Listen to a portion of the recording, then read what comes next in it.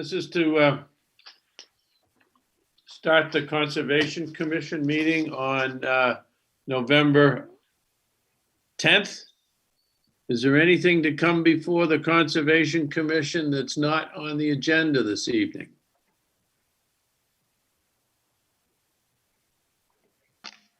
Hearing none. First item on the agenda is a request for determination for 80 Parker Road. Katie, do you want to read the notice, please?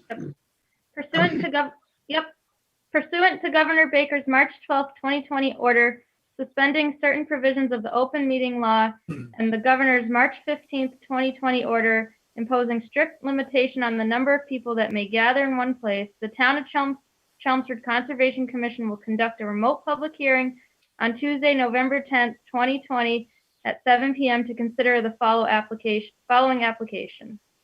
Under the provisions of the Massachusetts Wetlands Protection Act and the Chelmsford Wetlands Bylaw, Chapter 187, the Chelmsford Conservation Commission will conduct a virtual public meeting on November 10th, 2020 at 7 p.m. for a request for determination of applicability filed by John Pastori. The applicant wishes to construct a garage addition at 80 Parker Road. Work will take place within 100 feet of a wetland.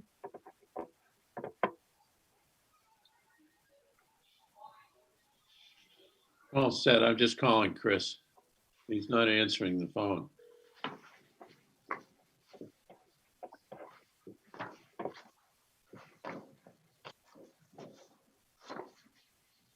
Well, we'll have to, Katie, do you have the other notices? Yeah, I do. Okay, could you read the one for 80? Did you read the one for 80 Parker or did you just read the general one? I read the 80 Parker one. Okay. My connection may not be great, but I did read it. Is the applicant here? Yes, I am. John, do you want to give us a brief overview of what it is you would like to do? All of us, I think, have a copy of your plan in front of us, but could you just maybe explain to us what it is you want to do? Yeah, we just want to build a garage with a space on top for like a family room and an office. The existing area right now is just flat and just covered in small rocks and stuff. So there's it used to be part of a gravel driveway, but we don't use that anymore. So that's the only thing that's there right now. Okay, and as I see this from the map, the wetlands are at least 50 feet from the proposed addition. Is that correct? Yes. Are you going to do any activity in the backyard other than the silt fence and the limiter work? Are you going to store material back there or not? So we were thinking about checking the quality of the soil and possibly leveling out parts of our yard, but we're not positive about that. Well, that's not part of this application? No, I mean, if we need to get rid of it, we can get rid of it if that'll be a problem, though. No, it's not a problem. We need to understand if you're going to, other than are you going to need to get to the back of the proposed addition to do work, or can you do it all from the side and the front? Or excuse me, can you do it all with inside the silt fence? Yes, the silt fence is on the map far enough to allow vehicles to travel in the back. There's not going to be any real work there. It's really just that far away just for access. Okay. All of you have seen Katie's agent's report. Let me get through the Conservation Commission, see if there are any comments or questions. Chris Garahan, you did not come on? Okay, Mark? Oh, it looks, it's a pretty flat lot. The lot size is very small. It's 24,000, so 27,000. Nope, I got nothing. Billy? No, it's fine, Dave. Carl Bischoff? Nothing. John Swenson? Looks like it's going to be a good project. Mr. Pastore, is there going to be a foundation under the addition, or is it going to just be a slab? A slab. So you won't have to bring in any material or take any material away. I would just ask that you tell the contractor to do all of his work on the Parker Road side of the silt fence and not go on the other side of the fence. Okay. Hey, could I ask you a question? Who owns the land behind you? I'm not sure. It's some corporation, I guess. You don't even, do you know why? A corporate, it's got nothing, I'm sorry, it's got nothing, don't be concerned. It's got nothing to do with your application. I'm just nosy, that's all. Oh, no, honestly, I don't know. Yeah, we've never talked to whoever owns it. It's a large lot back there, and is. it's all owned by them. And as far as we know, it's all wetlands. Okay. Are there any comments or questions from the audience concerning 80 Parker? Katie, do you have anything else to add other than what is on your report? Nope, no concerns. The recommendation is that we issue a -3. Could I have a motion to that effect? Move, Mark? Dave. Moved by Billy, seconded by, Second. okay, any further discussion? All in favor of issuing a -3? Mark Gibbs, Eddie? Billy Vines, Aye. Carl Bischoff, Aye. Don Swenson, Aye. and I vote aye. Chris Garahan, you didn't come on? Okay, so that's all ayes and 2 abstentions, or 2 people were not here. So the motion is approved for the applicant. So you can, Mr. Pastore, you can get the paperwork at the conservation agent's office probably at the end of the week. Okay. All right. Thank you very much. Okay. Might be a little longer because we'll have to do signatures. I'm Maybe sorry. by That's early right. next week, I'd say. Yeah, we tend to be the gating item, not the agent. Next item on the agenda is a new notice of intent for a drainage maintenance work to be done from Manuel Road to Balsam Drive. You got a notice on that one, Katie? Yep. Under the provisions of the Massachusetts Wetlands Protection Act and the Chelmsford Wetlands Bylaw, Chapter 187, the Chelmsford Conservation Commission will conduct a virtual public meeting on November 10th, 2020 at 7 p.m. for a notice of intent filed by Christina Papadopoulos. The applicant wishes to perform drainage ditch maintenance from Manuel Road to Balsam Drive. Work will take place within 100 feet of a wetland. Christina, you here tonight? Yes, you are. You want to just, we got a couple of maps here. Everybody should have them. This work is fairly long area. It does dump into wetlands that are owned by, what, the water department, I think. Either that or us. So Christina, just give us a little explanation of what it is the town wants to do and what do you expect to encounter. Good evening. I'm Christina Papadopoulos, town engineer. And so I'm here on behalf of the DPW and the Stormwater Division. So typically in the past, the DPW has been able to file one blanket notice of intent for the entire town and all the ditch maintenance that we typically would be doing throughout the year. However, recently, DEP has not allowed that to happen anymore. They want us to file individual notice of intents for each area that we would like to perform our typical ditch maintenance at. And so that is why this is the first of 5 different areas that we are looking for as a DPW to begin to get approval for through the NOI process. This one in particular, I've just started with this ditch in the neighborhood of Manuel to Balsam Drive, and that the neighborhood was built roughly in the 1960s, and there's clearly a drainage channel that needs to alleviate runoff from the west side of North Road, and all that runoff needs to go to, eventually it winds up in Black Brook, which is over by Balsam Drive. And that drainage ditch over the years has been filled with various forms of just natural debris. Trees have fallen, there's overgrowth, and the DPW just wants to go through that ditch and clear out the debris. Okay, do you have to go onto property owners' land and go into their backyards, I take it, where it's necessary? So in this neighborhood, all of these, that entire ditch, I believe, is covered by drainage easement. So we are within the town's right to go into the Right, drainage but you- easement to maintain the ditch. But you'll have to notify neighbors and tell them you're coming and you're gonna go onto their property and that kind of thing, right? Oh, of course, yes. Are there many culverts on this stretch that have to be cleaned? I believe there are 4 culverts in that stretch. When's the last time you guys cleaned these ditches? You know? Not to my recollection, I don't know. Does that mean they need a lot of work, or are they in relatively clean shape?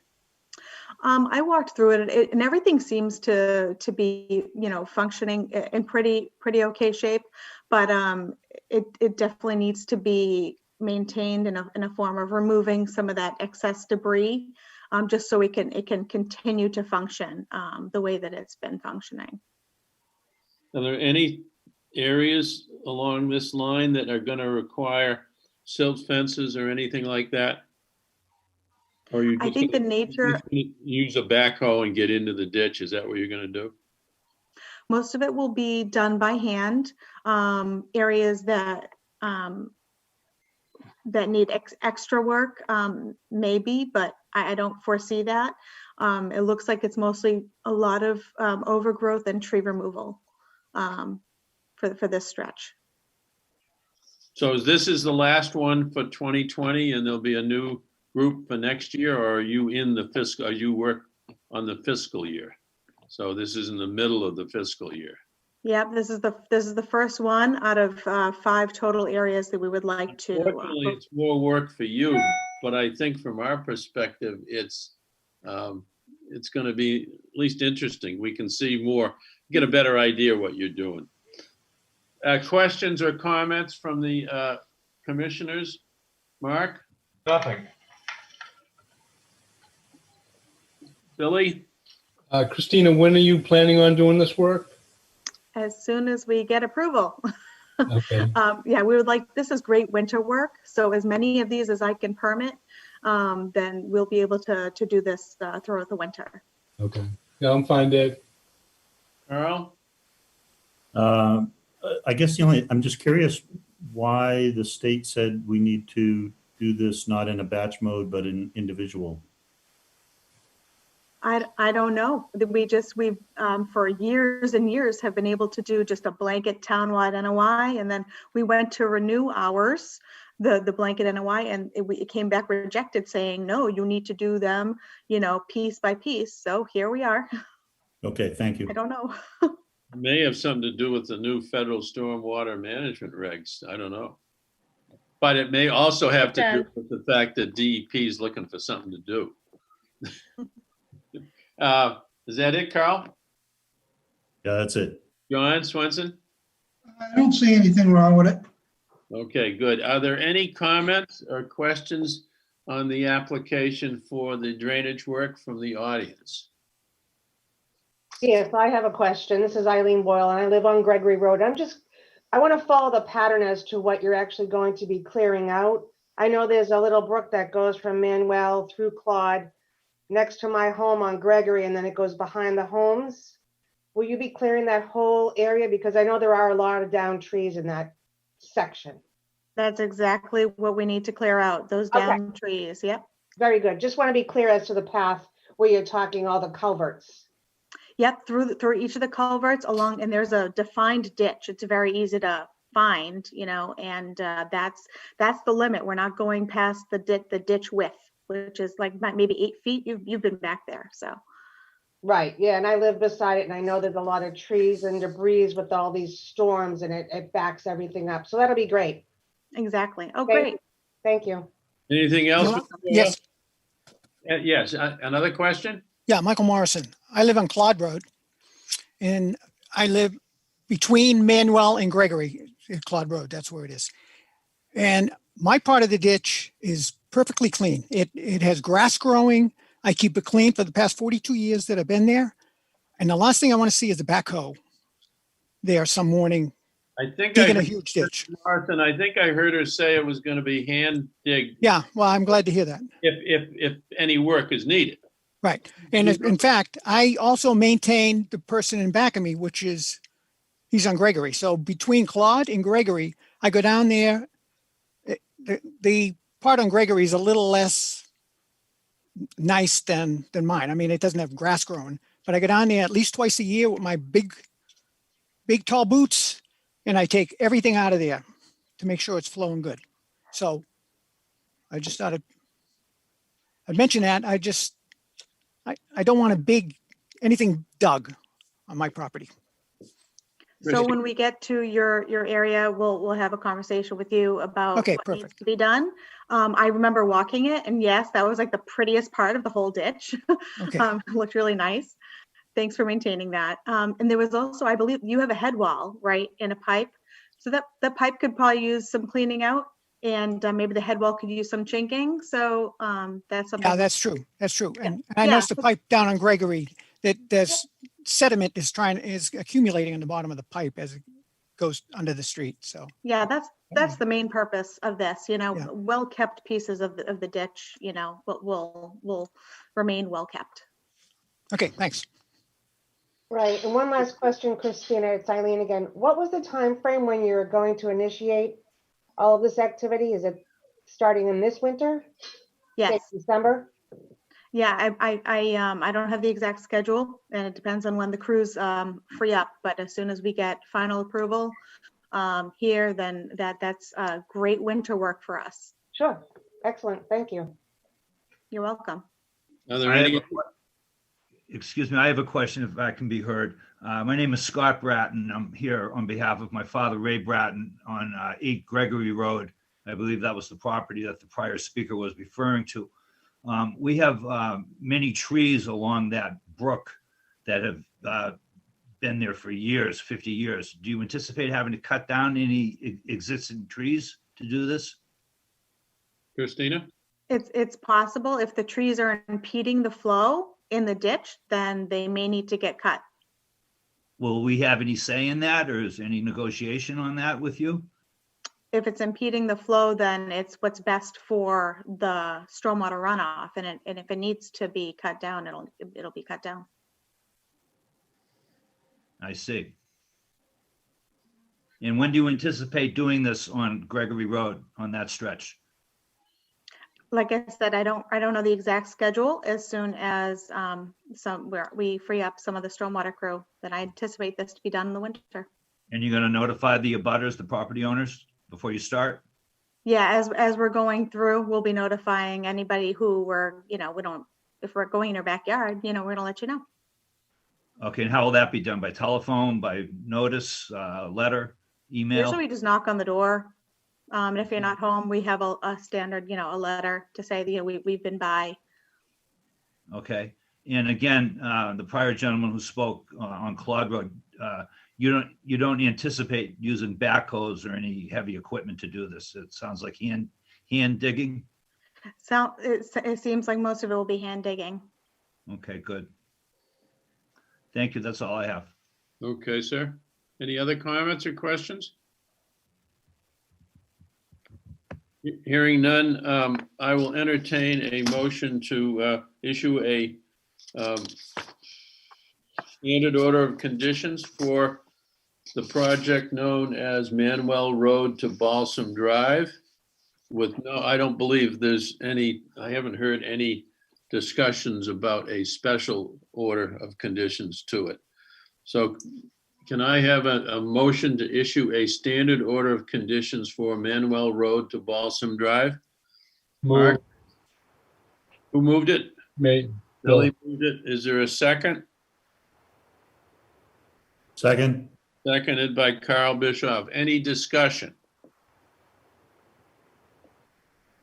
All in favor? Mark Gibbs, Aye. Billy Vines, Aye. Carl Bischoff, Aye. John Swenson, Aye. Dave McLaughlin is an aye and passes. Thank you very much. Thanks, Christina. Okay, thank Christina, you. Christina, before you leave, on the one of the later items on the condominiums on 44 Central Square, we've Can't got. bring that up yet, Dave. I know that, but we got some pushback from DEP about people working close to streams. Have you heard any more about that? No, I have not, but I will stay on the call for that agenda item. It's not an issue for 44 Central.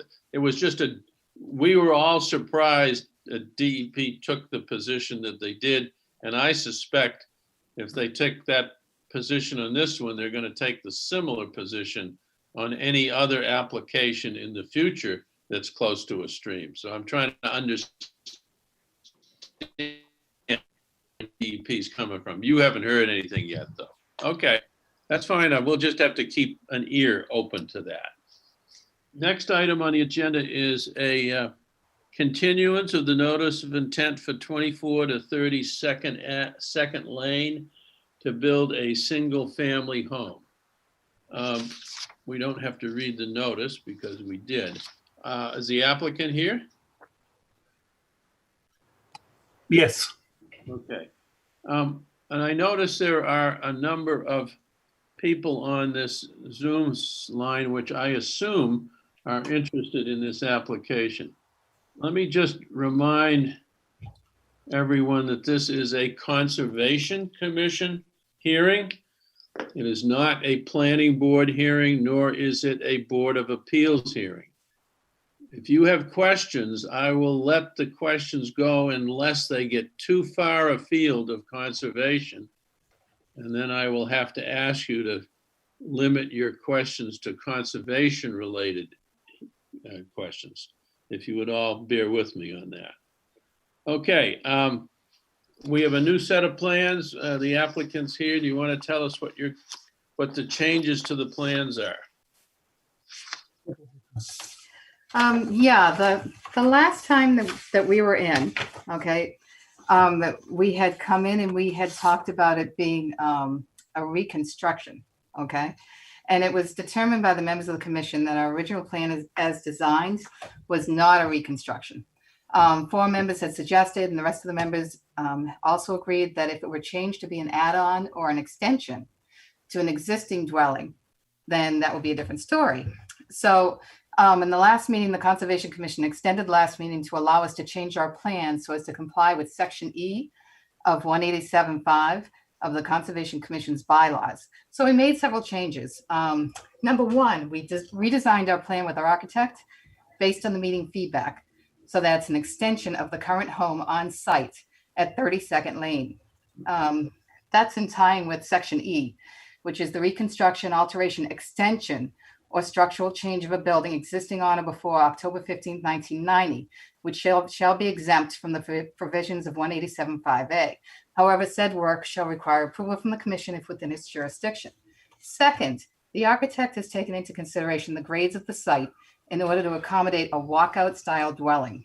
Third, the new plan has also moved the home further away from the neighbor, who at the last meeting had brought up a concern about us building so close to a strip of land owned by the church that is in between our property and theirs. So at this point, we're requesting approval from the Conservation Commission for the proposal in front of you today. Okay, you said the proposed building is further away from a neighbor. Is it further away from the wetlands? It's further away from the neighbor. Okay, but it's still within the 50 feet. Correct. Okay. In order to do an addition at 32nd Lane. Right. Just for everyone who's listening on, let me read the section that they're referring to. It says the reconstruction, alteration, extension, or structural change of a building existing on or before October 15th, 1990 shall be exempt from the provisions of the 50-foot no build. However, said work shall require the permission, the approval of the Conservation Commission. There are 4 buildings on this site. They were all built before 1950, I believe. So what you're proposing to do is to leave building number 1 up. I think that's called building number 1, is it?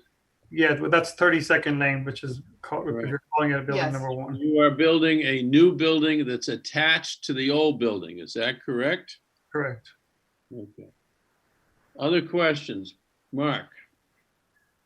I'm trying to see how close it is to the edge of the water about this pond. I can't read that small. If you go to the other plan, there's another plan.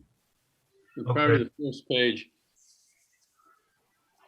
Is that The plan drawn by the engineer H-Star shows you that where the water line is. And it shows you the 25-foot, the 30-foot. So you're approximately 40 feet from the water. the structure is? An existing structure is? The existing structure is within 10 feet of the water. And that's all gonna remain? Correct. You're not gonna do any site work outside of that building at all? Everything's staying exactly the way it is? Correct.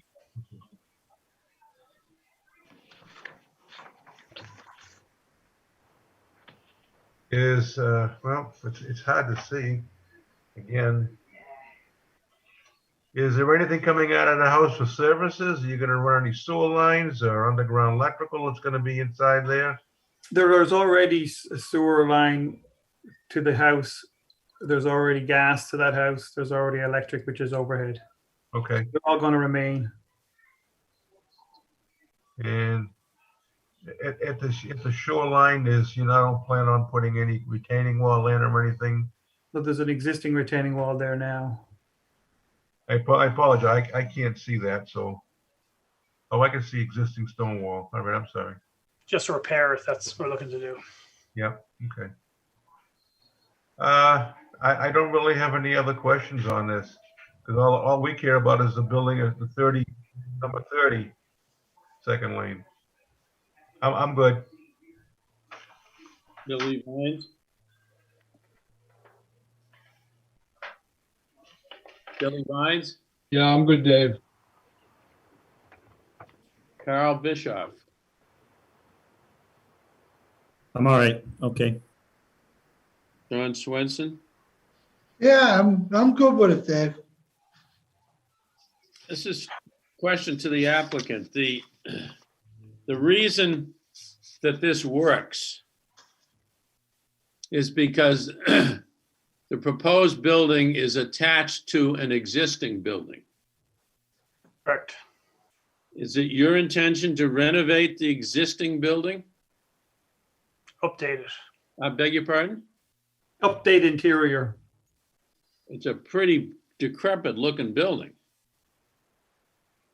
Well, How does, so you're going to have one house that's consistent of 2 houses. What's the total square footage of those 2 houses? The existing house is approximately 1,000 square feet. And the proposed new house is going to be on the lower level, approximately 1,500 square feet, the walkout area, and then the upper level will be 2,000 square feet. So the house is going to be 4,500 square feet. Correct. Okay. I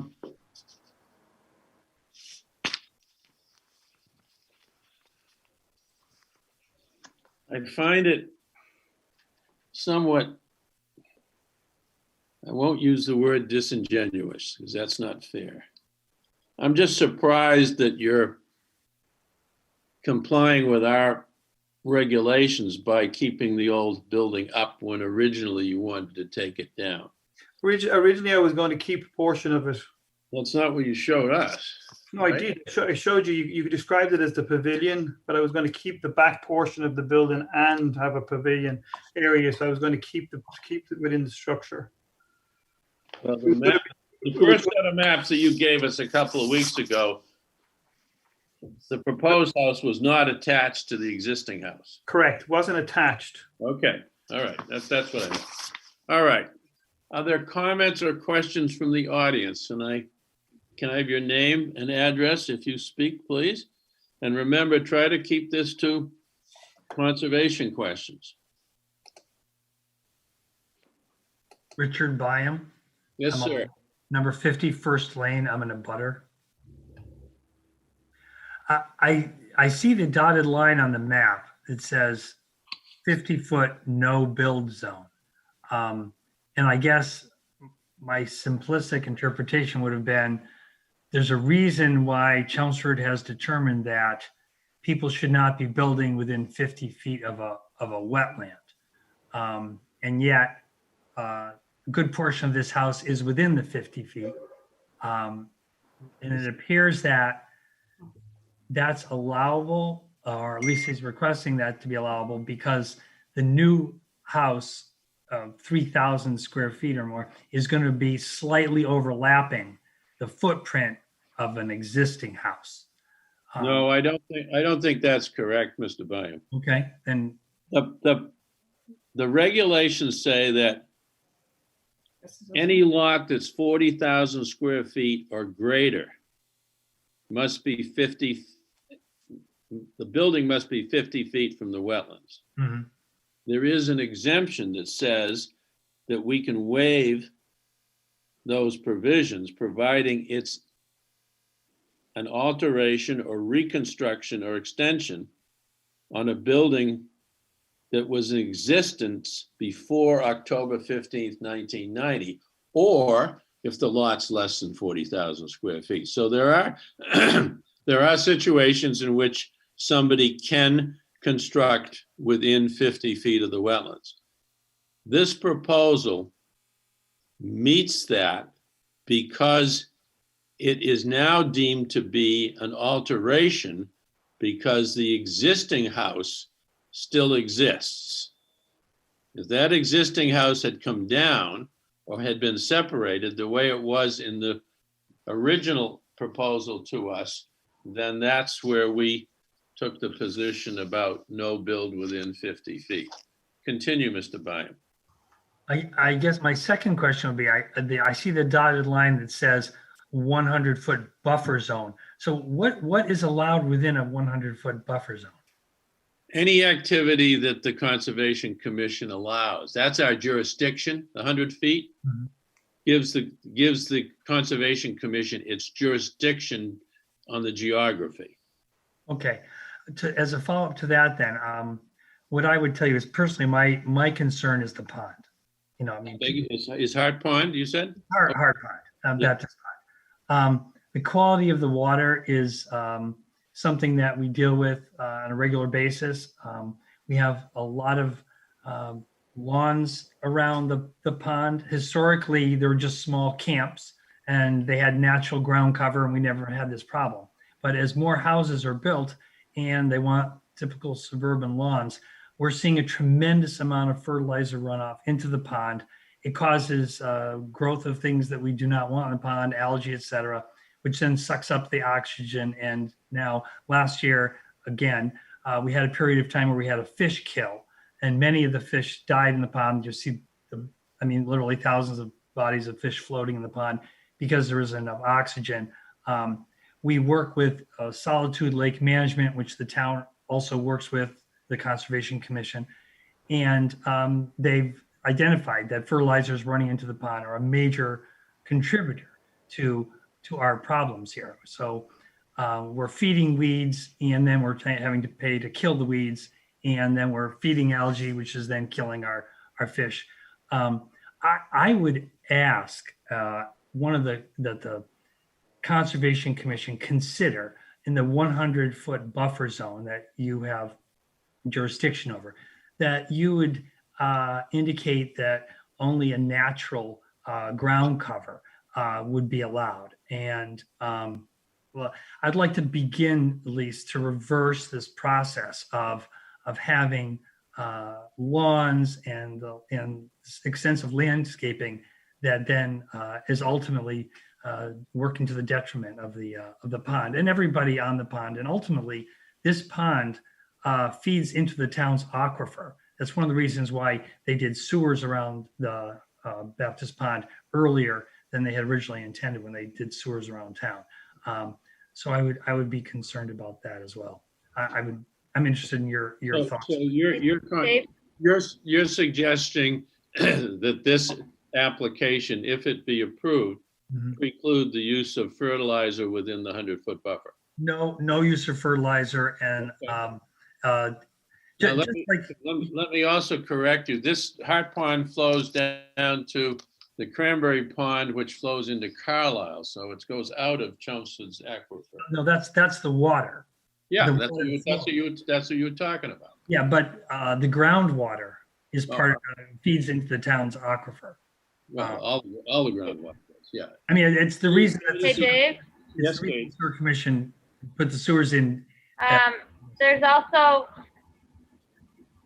a 25-foot no disturb zone from the edge of the pond. So that I would say would remain natural cover without fertilizer and lawn.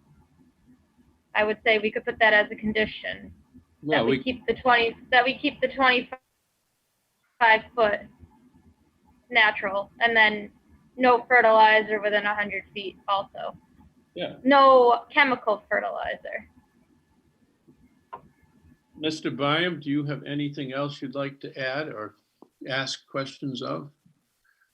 No, as I say, my number one concern is the health of the water, and anything the Conservation Commission can do to make sure. The Hart Pond Association has done an excellent job in keeping the pond clean. Any other comments or questions from the audience? Yes, I do. Yes, ma'am. Name and address? My name is Pam Rivard, First Lane, direct to butter. Okay, which side? Which side? On the side where the little house is that he intends to keep. So facing the lot from Hart Pond, you're on the right-hand side. Correct. Okay. Right. Go ahead. So I have a lot of concerns about this plan. First of all, I think Mr. Larkin is justifying placing this house within the 50-foot setback on the condition of it being grandfathered in because of the little house there. So I'm wondering if there's any restrictions to that grandfathering in. Like, is there a percentage that you can increase a house and still have it grandfathered in? Because right now you asked about the total square feet of the two houses, the one he's taking down and the one he's leaving. The total square feet of those two houses is 1,795 feet. He's proposing to replace it with 3,500 square feet. So I'm wondering, is there any restriction on the amount that you can increase a little grandfathered in home? Not as a conservation matter, no, ma'am. Even though it comes within the 50 feet. So the whole front of this house is going to come within the 50 feet of the lake and within 50 feet of the wetlands between my property and his. 50 foot is no longer. He meets the exemption.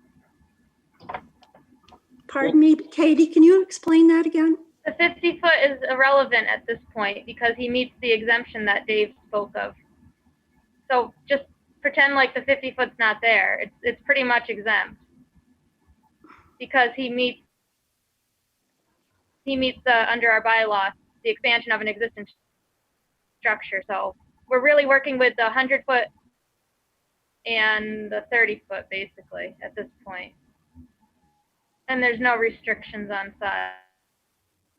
Think of it, Ms. Robillard, think of it as if he came before us and what he wanted to do was to renovate the old house right by the pond and put a small addition on it, as opposed to putting a huge addition on an existing building. It's the same thing from our perspective. However, having brought that up, the one thing that we can do is we can require that that existing house stay up in perpetuity, that it not be torn down. That was my other question is how long does he have to keep it up after he gets the other building up? There is no stated regulation to that effect. Oh. Other than what I just said, and that's up to the commission to decide. Okay, because do you have a picture of that house he intends to leave up and add on to? It's not, I assume that's the house that exists on the assessor's website. Yes, so you have that. Okay, so I also would echo Mr. Byam's concerns because in order to build this house, he has to clear cut that whole area, leaving only 2 trees in that whole area. That is on quite a steep slope. So my concern is you take down all those trees, destroy all that root system, and then you have runoff from that hill into the pond. Where else is it going to go? Not only run off into the pond, but run off into the swamp.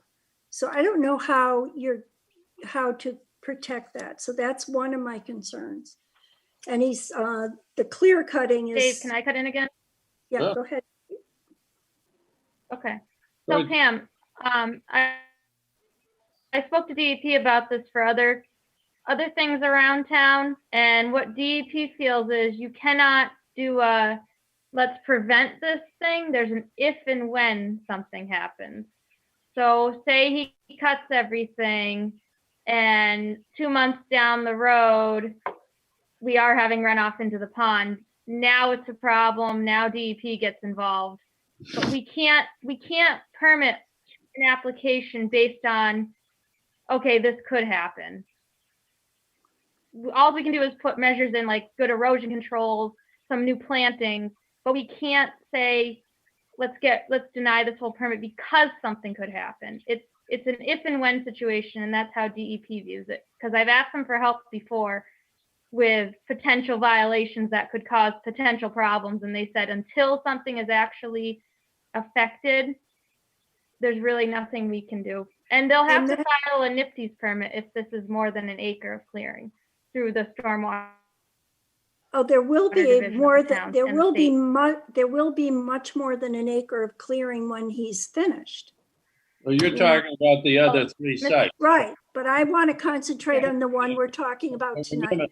That's not in this application. Right. And that's why I didn't, I'm just saying in the future, but right now I'm concerned with all the trees he wants to take down now. So another one of my concerns, did I interrupt you, Katie? Well, I was just gonna say the most the commission can do is put a condition on for stronger erosion controls than what we normally do. More mitigation as far as plantings go to try to reestablish the root systems and the strength of the ground. And then of course, everything has to be stabilized before you can close the permit out. Let me interrupt just for a minute and ask a couple of questions. Mr. Larkin, you available? On the proposed plan, you've got an elevation of 201 feet at the site of at the corner of the building away from Hart Pond, and you've got an elevation of 205 feet at the corner of the building closest to Hart Pond. So there is an increase in elevation from one side to the other, and then it slopes away from, I read it, from 205 to 201 from the pond side of the building to the pond itself. You've got 2 trees in the land from the edge of the building to Hart Pond. Are there trees coming down in that area, or are those the only 2 trees there now? There's more. Those trees are coming down. How many trees are coming down between the pond side of the new building and the pond itself? the new building, from the new building to the pond, is the question how many trees are coming down within the footprint of the new building? Yes, yes, let's say that. You probably, you know that, yeah. Between the footprint of the between the footprint of the building and between the building and Hart Pond. I think Patrick's question is between the Within- building within and Hart 100 Pond. foot. So One person at all. Yes, sir? There's approximately six or seven trees in total. Six or seven trees in total between the footprint of the new house and the area of land from the new house to Hart Pond? Or just the footprint of the house? Hey, Dave, how about we say Just the within footprint of the house. within 100 foot? Hold on, Katie. Yeah, Just why? Within the footprint of, the two trees that are outside the footprint of the house that are to Hart Pond are going to remain. The trees that are actually in the footprint of the house will be gone. And that's 6 to 7. Correct. Okay, so there are no trees between the footprint of the house and the edge of the pond other than the two that are noted on the plan. Correct. Okay, thank you. So Okay. 6 to 7 trees and they're all within 100 feet. Correct? Okay. Mrs. May I, yeah, I'd like to continue if I may. May I continue? Mrs. Robillard, will you continue? Yep, it's Yes, you Rabar. may. Yeah. I'm it's Rabar. sorry. So Mr. Larkin is proposing a foundation under the house, the new house. there will be foundation, yes. Yes. So my concern again is, can he dig a foundation there without hitting water? As there is a natural well within the proposed building site. I believe the building floor has to be 12 inches above the water table. So do we know how Yes. deep the water table is? That's not a question we normally ask. Because there's a well there, a natural well. So I'm concerned about the amount of earth that's going to have to be dug out of that hill. Mark or Billy, can you comment on that at all?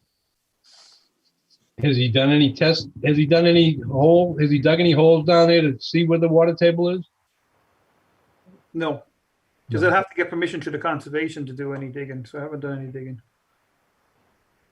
Well, you better make sure you're not hitting water table above 12 inches below the floor. Yes, we're building it on a slab. That would cause you some problems. Exactly. With the existing building, number 30, that's by the lake right now, does that have a foundation, or is it on piers, or what is that on? The existing building. Mr. Larkin. You're muted. On piers. It's on piers? Yep. And then it's a slab. The front corner is on a slab. So as you get closer to the pond, it's on piers. When you get further away. Okay. Can we go back to the questioner? Yes. So I see by Mr. Larkin's plan, there's quite a large area of asphalt. It looks like a parking area. I'm really not sure how this, where's the front of the house, the back of the house? Would all the setbacks be a moot point if he builds there? Does he have to comply with setbacks at all on this house? I certainly don't know as a conservation commissioner. Okay, so I'll go to the asphalt, because he's planning on a paved driveway coming in, and then quite a large area of asphalt from his drawing. And that also it touches on the, what's it called? That little strip where you're not supposed to put anything where the water can't sink in. I forgot what it was called. But it's also within the 50 feet. Is that a concern at all, being that close to the water? I don't know. And to the wetlands? I don't know where you're referring to. Okay, so if you look at the drawing, pardon me? That 50 foot's not there, and the 50 foot You're talking about the 30-foot no impervious, correct? Right, but I'm also talking about the amount of asphalt within the buffer. But that's Right. that's on the other side of the building, right? Right, it's on the uphill side of the Right building. here, Dave. Can you see Yeah. my map? Yeah. Right there. Where's this the area. where's the 100-foot line? The 100-foot's here, Right, and okay. this is the asphalt, But she's asking two questions. One is the where, 30-foot. one is just where you mentioned, but you're also asking about one at the other side of the building? Let's talk about the driveway first. No, this one. Yes. Let's talk about the driveway first. Now your question again.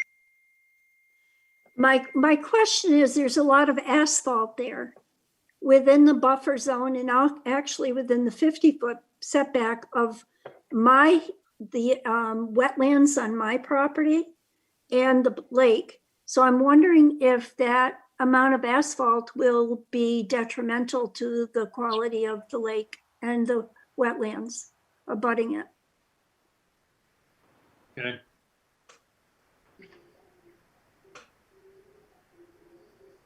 Anything else? Is there a thought on that? Well, there might be. Let's hear what you have to say first. You got anything Oh.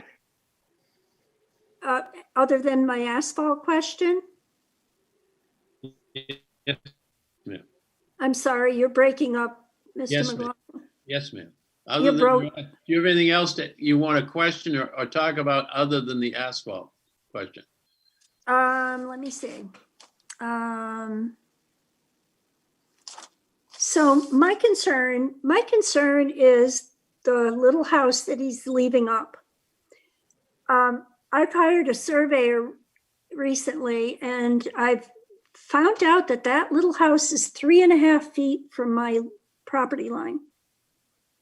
So if he does have intention of restructuring it in any way, because it is a poor structure, it was built as a summer cottage. It was never built as a year-round home, so it is structured to be a summer cottage. So it's in very poor shape. And it's 3.5 feet from my property line. So I don't know how long it would remain standing without new structure work. That's a fair question. I cannot answer that one. I would think that the applicant Going to have to fix it up. has to meet existing town setbacks. Okay. Okay, he does have to meet the setbacks then? Here again, No, remember, this is Conservation Commission. Dave, no. That's existing structure. Yeah, That's why Dave, hold up. No, Hold that's on. why it's not a Hello. conservation question, because we don't have the authority to answer that for you. Oh, you don't? No. Okay. Pam, hey, Yes. Pam, Yes. if Yes, you Katie. contact Colleen, if you contact Colleen, they have letter from legal counsel regarding zoning. The zoning has received notice. Okay. Okay. Let's From talk. the about- applicant. I have one more question.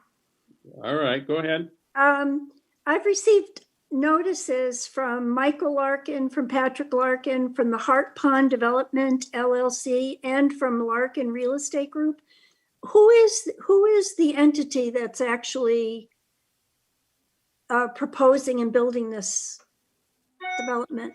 Mr. Larkin, would you answer that question? Hart Pond LLC. Okay, That's so the it's owner. not, okay, it's not Larkin Real Estate Group. That's an entity that we own. That's that's our building company. All right. Let's talk. All right, let me go to the commission now. Let's I- talk about the I driveway. have one more question, I'm sorry. Go ahead, Mr. ma'am. All right, so Mr. Larkin on his plan shows a shed by the little house. And it looks like he's intending to leave that up. Is that true, Mr. Larkin? Is that? It looks like it's being, At this time, yes. Okay, so the new survey shows that half on my property, half on yours. I don't know what to say anything about it. I haven't seen this new survey, so I can't comment on that right now. Okay, All right, what I would like to do right now is just stop the questions from the public for a moment. Can the commission, let's talk about the driveway and the turnaround area. Normally, we would require some kind of French drain or drainage around the outside of the driveway to catch any runoff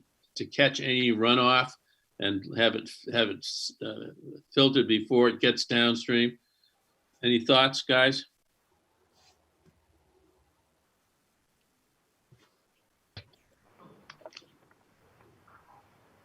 I'd like to see it maybe brought back into like an, I forget what they call it, like a flower garden, a recessed flower garden to catch water. A rain garden? Yes, something like that to address it. Katie, can you put your handprint along that outer edge of the driveway? Right there, right that, yeah. Mr. Larkin, that's what I'm suggesting is that the driveway from the house have a pitch to that area, and that area be wide enough either with a rain garden, and there are standards for rain gardens, or some kind of a riprap drainage area to catch the runoff from the driveway. So you can decide what you would like to do, but that would address the runoff problem from the driveway. That's acceptable. It isn't up to us to decide how to remedy it. I don't feel like I should even have said that. It's up to the applicant to remedy. No, you're right, Mark. And I'm saying he's got to address it and then tell us how he's going to do it. That makes sense. We'll do that. Now, with regard, the other questions that were asked, if there's an issue on the property line, that issue probably should be resolved before this project goes ahead. I'm not so sure that the Conservation Commission can deny the application because there is some question on the property line without any facts. But I would think that the applicant and the abutters would need to, or one abutter in particular, would need to understand what the correct property line is so they don't have a subsequent problem once the project's underway. And I would urge both of those parties to do that. Are there any other comments or questions from the audience? Dave, it's Bill. I have another question. Sure. This work being done on the stone wall abutting the pond, could he explain the type of work and what's entailed there? Because that's within the 25-foot no disturb. What kind of work is being done on the wall? To what extent? There's a few pieces of the stone wall that are missing. That needs to just put new stone piece and have a mason just mason it back up so there's no rough edges. There's a small amount of the wall. So it's handwork down there. You're not going to bring machinery down there to. No, handwork.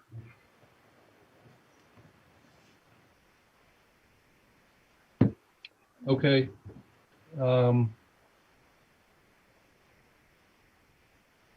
I guess that's it for me for now, Dave. Okay. I would like to see the leave with no lawn area in that 25-foot, and possibly up as far as the corner of the house to kind of leave it natural so we don't get runoff down into the pond, because that's been a big problem where they've had all that they've had to address it at the pond. So if we can do something here that'll keep the grass and the fertilizer from getting too close to it, that would help. I think. Well, I think what I'm hearing is, boy, Zoom wants me to update their software while I'm in the middle of a meeting. Jesus. Mr. Chair, we were looking to do the best management practices here. We're cognizant of the waterfront area and then the runoff as well. So we'll be taking those steps to to address these issues, moving forward. We definitely understand those issues. Okay, all right. As I see it, there are some items that still need to be addressed, or that I would like to see in a order of conditions. The special order of conditions would be something along the following, and you may have to continue this just to address them. One is that the 32nd lane building remain in perpetuity,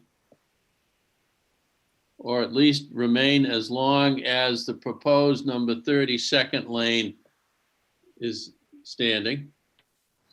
That's probably more reasonable. Number two, that there be special trenching installed along the edge of the driveway. And we need to see what that's going to look like.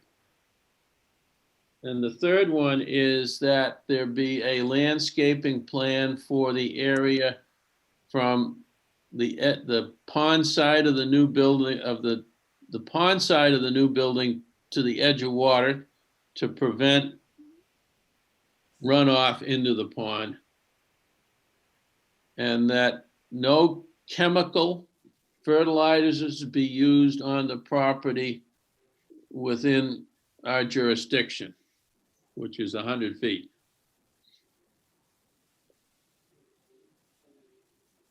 Are there any other special conditions that people would like to see? I think what we need to do is to, I just want to have that discussion. We do need to continue this so he can come back. Dave? So he can come back with the changes. Yes? I'd like to go back to that existing structure. I think it should be perpetuity. I think the applicant should do what they have to do to make it structurally sound, because if it eventually comes down, I don't want this to be a precedent for the 50-foot if someone uses that as an example. And we can't say, well, look, it's attached to an existing structure that if it's gone, we can't, that's not, it's not good. We can't say, hey, this was an existing structure. I think I understand. that should be perpetuity. That's just my feelings. In perpetuity could mean 1,000 years, and the proposed house, the new house, isn't going to stand 1,000 years. So I think it should be as True. long as perpetuity is it's just language. No, in perpetuity is forever. So We put it in all our orders when we have a condition. Well, I'm surprised nobody's challenged it, but if you've seen legal language. That just means it runs with the deed. If you've seen legal language that. It runs on the deed. Yeah, I understand. Dave, it means it runs with the deed of the land. That's not what perpetuity means to me, but that's okay. You're the expert. Well, that's how all right. That's how I've written several of them for us. We're getting off track here. I do think we need to continue this in order for the applicant to come back with us with two changes to the plan. One is the runoff from the driveway, and the other is a simple landscaping plan so we understand the runoff from the new addition to the edge of water. Dave? Yeah, Bill? Do you also want to understand that lot line, any problem with that? Well, prior to approval? Yeah, if we can. I mean, if it's really contentious, then I suspect we could hold up acting on the application. Yeah, Chair, just Michael Larkin again. I think that doesn't affect because we're not doing anything down in that area anyhow, so it wouldn't affect that the decision for you guys today. I think keeping it perpetuity is not an issue, but we do have the right to update it and fix it, and I think that would keep it as in perpetuity. I think regarding the landscape plan, I think that's something we can then get an approval today, and then do a submission for the landscape plan for that small area there. We can't do that landscaping tonight. No, I'm saying, to approve it subject to an acceptable landscaping plan. All right. Go ahead and finish what you were saying. Okay. I think something we could go back to the Katie and finalize an acceptable landscaping plan to be then resubmitted at a later date. So this gives us the ability to get this major issue resolved. Then we can. I'm not going to recommend to the Conservation Commission that we approve this subject to. I think I want to see a continuance and see what because these two changes are fairly significant from my perspective. The driveway and the landscaping in front of the house, to the side of the house. Is there any recommendation for what kind of landscaping? Is that something we can? That's up. No, with Katie. You make a proposal that addresses our concern that there would be runoff and fertilizers going into Hart Pond. Yeah, so I think the fertilizer issue that can be addressed. Whatever you want that you think addresses that issue.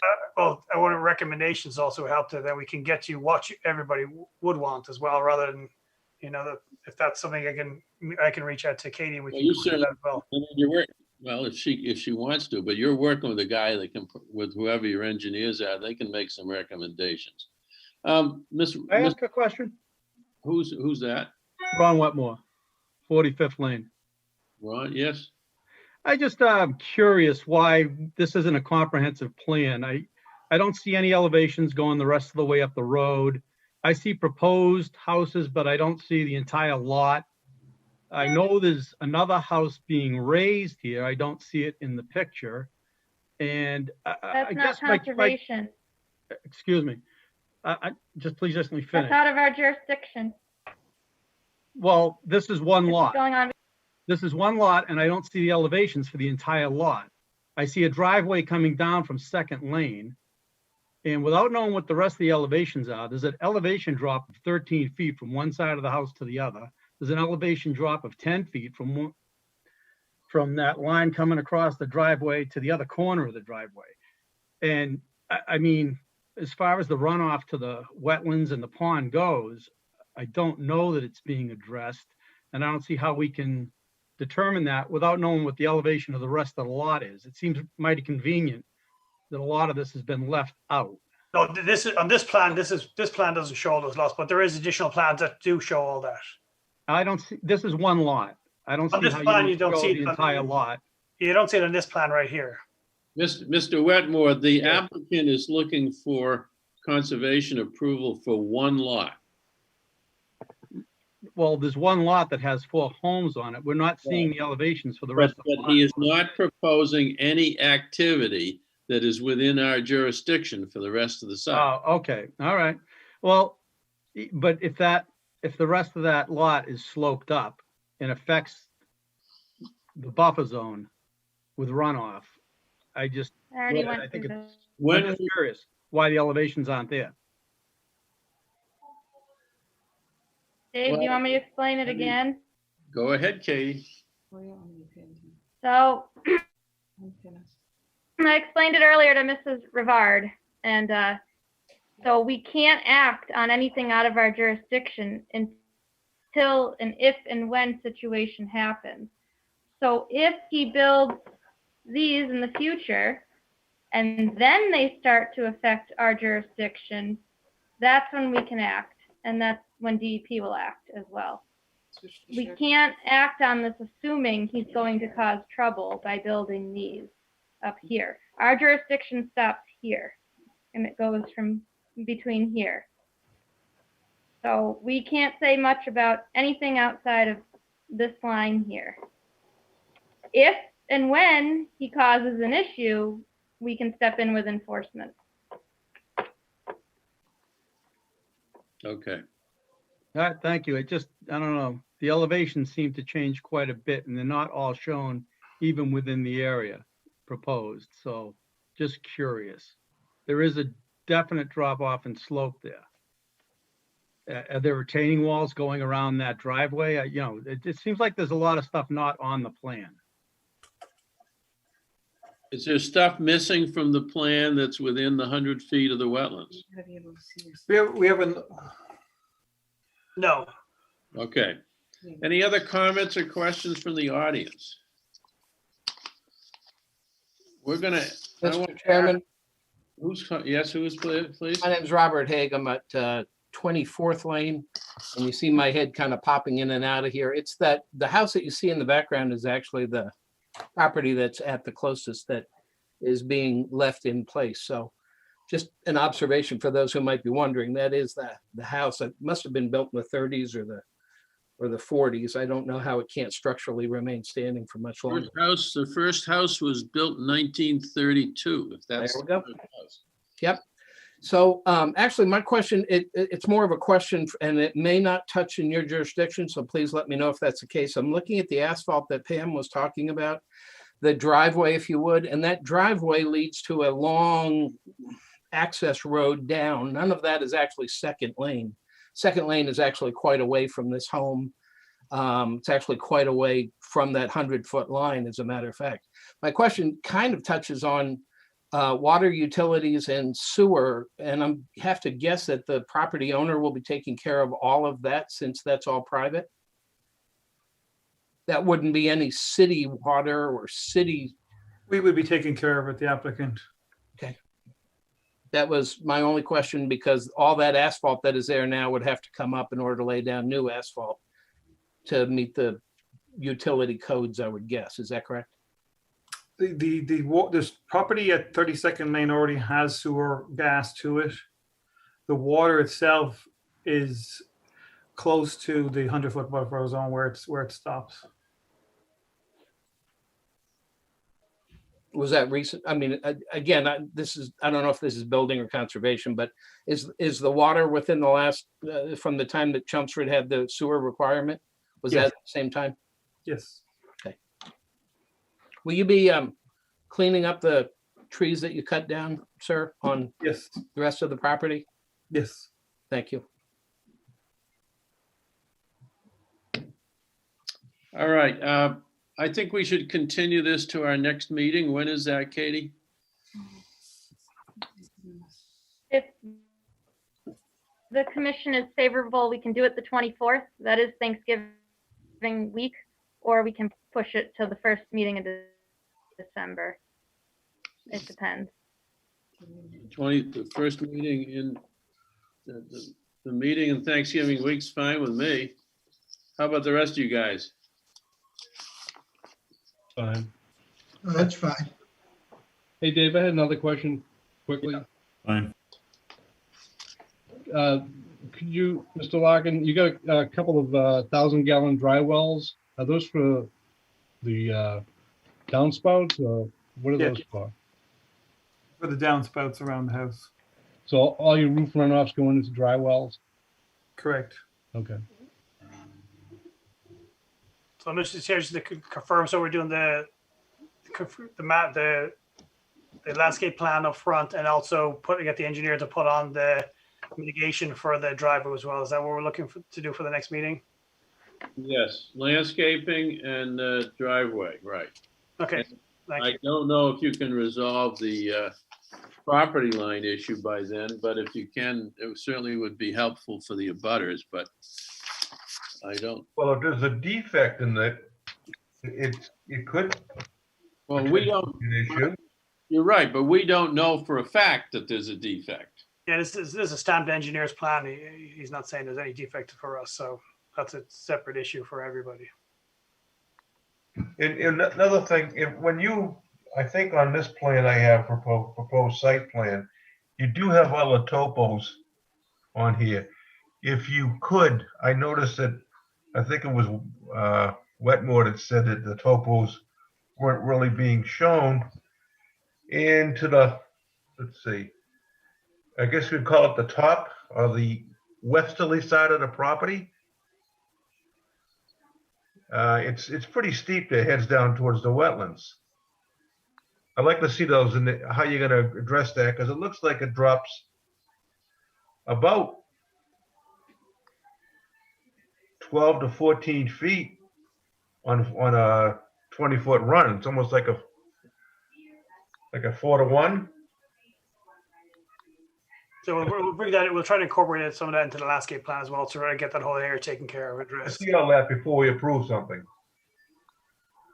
You're talking about down the side of the driveway, Mark? Well, behind the proposed house, it's the proposed number 30. Yep. I think there's that small strip of land the church owns. Right. And behind the house, it changes topography a lot. I'd like to know how that's being addressed, because I don't want to see, it's going to cause an issue with runoff. So I Right. like I'd this. look at the side of the driveway also, because the way the grades are on that proposed site plan, the bottom, the proposed site where it's got the elevations. Yep. Address how any of that water runoff from the long driveway is going to be handled. Right. I think all those points should be brought up in a plan so we can see it. Yes. That's all I got, Dave. Okay, I've totally lied. I've got you guys on audio, but I haven't got any video. We're not that good looking, don't worry. All right, can I have a motion to continue the hearing for 24 to 32nd Avenue until Tuesday, November 24th? Move. Second. All in favor? Gibbs? Aye. Vines? Aye. Bishop? Aye. Wenson? Aye. Me? Yes. Aye for me too, Dave. Oh, okay. Chris has come on. Okay, good. Thank you, Mr. Chair, board members. Okay. Thank you. Can you bear with me, guys, while I try to get back on? I'm probably going to screw this up royally. Just give me a minute here. We can see you, Dave. I can't see you. I better be careful what I say. Hit your escape button. Here we go. Jesus, you know what you're doing. Okay, next item on the agenda is continuation of 44 Central Square, construction of a 32-unit condominium building. At the last meeting, the only thing that we were waiting for, I believe, was the engineer's report. And I believe Katie Enright sent it around to all of you this afternoon. Have you had a chance to look at it? There were no substantial questions on it at all, as I recall. Okay. So we will need, if we're going to proceed with this, do the commissioners have any other questions that they would like answered?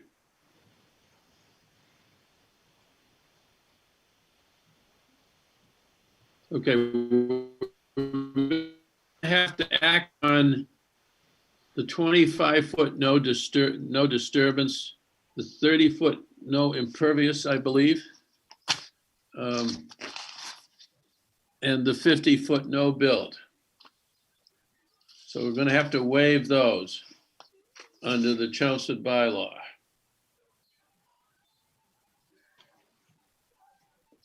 Unless anyone has any other questions. Dave, there's an abutter that has a question. Yeah.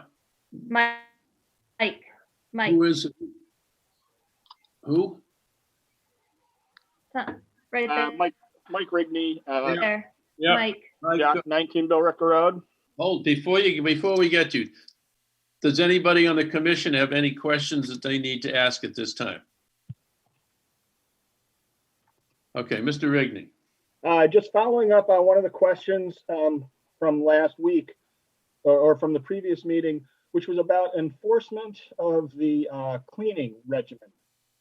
There was gonna be an inquiry, I think, about whose responsibility that was, whose primary responsibility that was.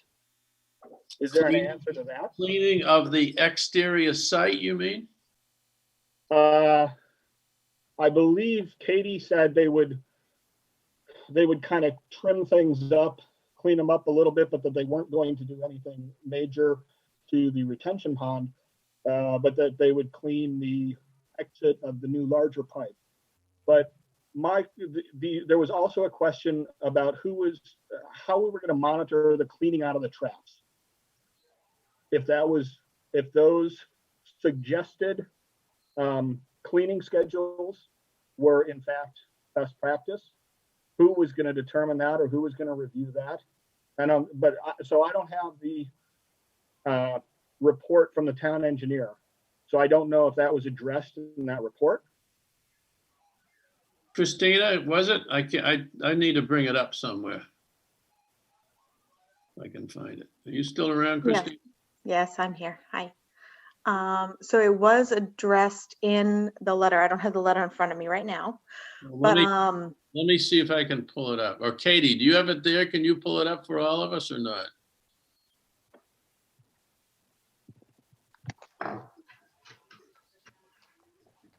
Hold on one second.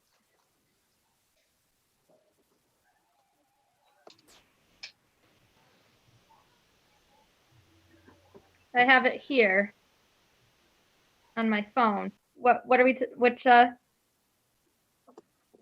we asking about here? Is there any discussion in the engineer's report about the site cleanup? so we're talking about the operation and maintenance plan, right? The Filterra cleanouts, yes, right? They're supposed to be cleaned out, whatever, 4 times a year or whatever. The question is, Yeah. is that Number 5, the stormwater operation.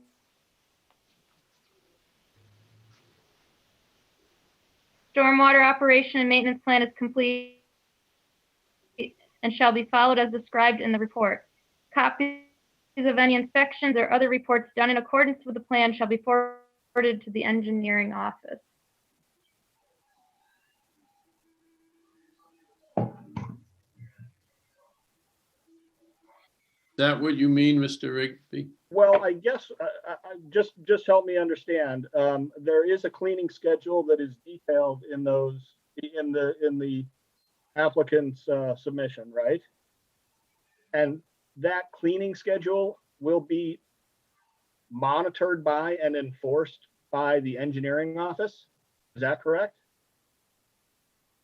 It can be if it's if there's evidence that it's not being maintained, then we hold them to that per the order of conditions that they have this operation and maintenance plan that they must follow. What would constitute evidence that it's not being followed? I mean, shouldn't they be submitting those reports every time they do the clean out? And yes, that's what we're asking them to do, is every time they do clean it out, that they send engineering a copy of that report. I can't say we always get those copies. Wish we did. Well, okay, but so I guess that right there is where I have a little bit of a problem, and I guess I would ask the commission if there's something that can be done about it. The operations and maintenance report is supposed to be submitted annually to the stormwater management group of the town, with a copy going to the Conservation Commission. And that report is supposed to be attested to by the applicant, that certain work has been done pursuant to the plan itself. Now, whether or not that work in fact was done is a different issue, and we have to, we don't normally go out on a site to see that the plan has been adhered to. If the applicant says it has, absent evidence to the contrary, we take their word for it. Okay. I'd also like to circle back to another question that had been raised at a prior meeting, and that was about the imposition of a bond for completion of this work. I would be very much in favor of that. I think there was some concern expressed by the commission that if this work were for whatever reason to falter or be delayed halfway through, there would be a significant degradation of the site. Mr. Rigby, I don't think you heard that discussion from the Conservation Commission. You might have heard it from the Planning Board. We do not have a history of requiring bonds at the Conservation Commission. Okay. That doesn't mean that, I mean, the Planning Board uses it quite frequently, but we have not had that discussion here. Okay. Are you suggesting that we should? Yeah, I think if you look at the ways that this project can go wrong, probably the most the mode of failure with the highest impact would be if the drainage were somehow opened up and then not completed. I think we all understand that, you know, restaurants may not be a really attractive business for the next year or two. I can't say, I certainly can't speak to the viability of large condominiums either. But if that surface were to be taken up and then the project stops, what happens? If I may, Dave. Katie, Katie Gurton, Yes. do you know if the planning board's had any discussions about a bond? Can I answer that, Dave, please? Oh, Katie Enright, Go ahead, Kate. So first of all, this site is going to need covered by a NIPD's permit, which specifies what happens not only before construction starts, during construction, and after construction. It also specifies things that must happen on the site when the site is shut down for a period of time to make sure that the drainage is in place, that erosion and sedimentation controls are in place, and that we are not, essentially we can't close down and then let everything flow into the wetlands. That is something that we need to do prior to construction, 14 days prior to construction. I believe what was discussed at the planning board, which really isn't within this board's purview, was the timing in which the project would move forward and what happened if one piece didn't move forward and the other. And certainly that's not the purview of this board. It's to protect the wetlands and the river. Regarding the operation and maintenance plan, that is something that's typically been, again, in perpetuity, a request from the Conservation Commission to turn that document over to them annually. It's also now a requirement of the engineering department, stormwater division. And it's within the best interest of the property owner to maintain all of the drainage solutions on the site and the best management practices, because it not only protects their investment, it certainly also protects the resource areas, but it's something that if they do not continue to maintain the way it's asked, they will have to replace some of these structures, and it'll cause other things to happen, certainly beneath the site, that they would then have to take care of. So it's within their best interest to maintain these structures as necessary. And there will be maintenance, certainly maintenance of the site as part of the condominium association, that each and every, it's not just one owner, but all of the owners that'll have to take care of the maintenance and ongoing cleaning and inspection of each of these products. But the cleaning and inspection will be at least attested to in a document to the town. Correct. At least annually. Correct. So And there'll be what some. happened in the past is that the town didn't have enough staff to do so, and honestly, drainage was probably not the top priority. With the stormwater division, there's stormwater fees now being pursued by the town of Chelmsford, and testing that's being done that they have to adhere to. So it's within the town's best interest to also monitor these sites and make sure things are happening as scheduled. I do have another question, which may or may not be pertinent. Dave, I'll let you decide. It's about the transfer of the riverfront property to the Conservation Commission.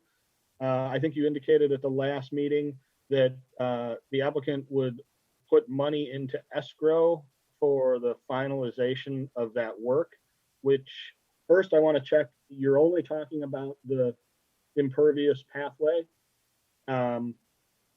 And how much money are you talking about putting into escrow? And is that something that the Conservation Commission needs to require, or is that a planning board issue?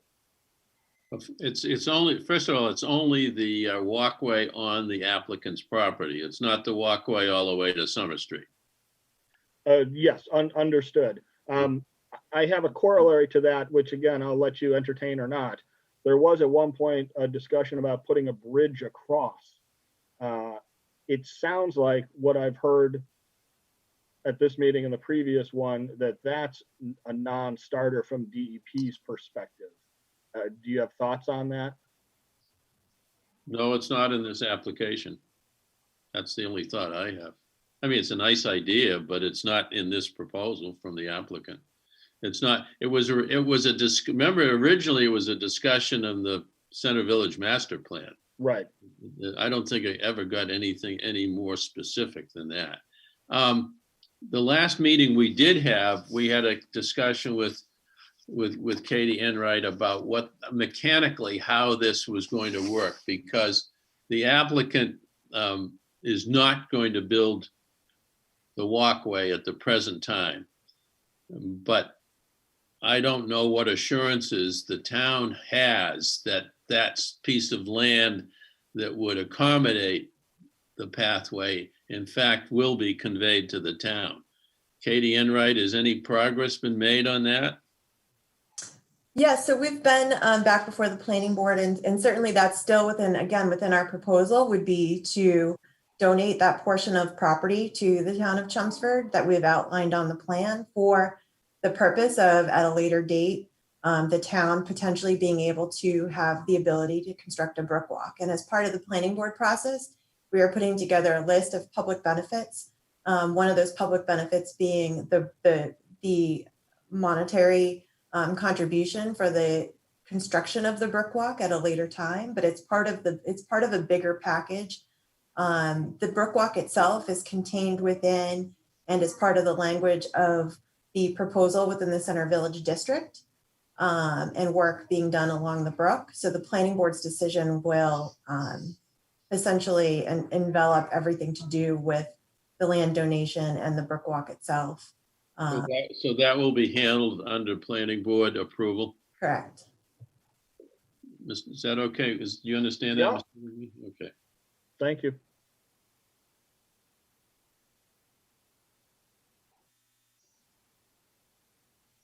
Are there any other comments or questions from the audience? Okay, I want to go back to where we were. I think we have to entertain a motion to waive or not waive the 25-foot no disturbance, the 30-foot no impervious, and the 50-foot no build. I would also like to ask once again from the Conservation Commission if you would entertain a peer review of this project.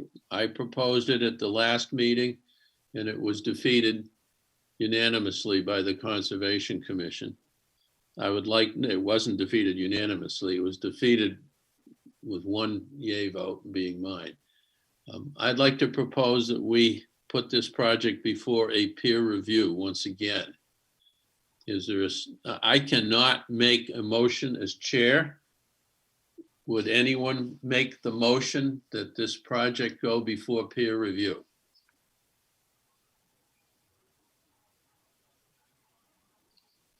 Hearing none. I think the only thing to do is to issue an order of conditions with special orders if there are any. I've not heard any in the 2 or 3 hearings that we have had. Does anyone have any special orders that they would like to add to the standard orders? I did hear that snow removal is going off-site. Is that correct? That is correct. So maybe that's a special order because I don't see it specifically in our proposal. That's no big deal. I will also, Dave. I'm sorry? Melting agents being what, other than using chemicals, around the building. Okay, so, all right, well, so let's keep, so you want that, right? I would.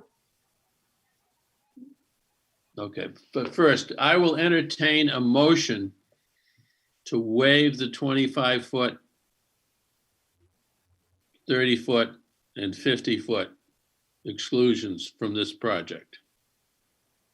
Moved by Billy? Yep. Second. Second by Mark. Discussion.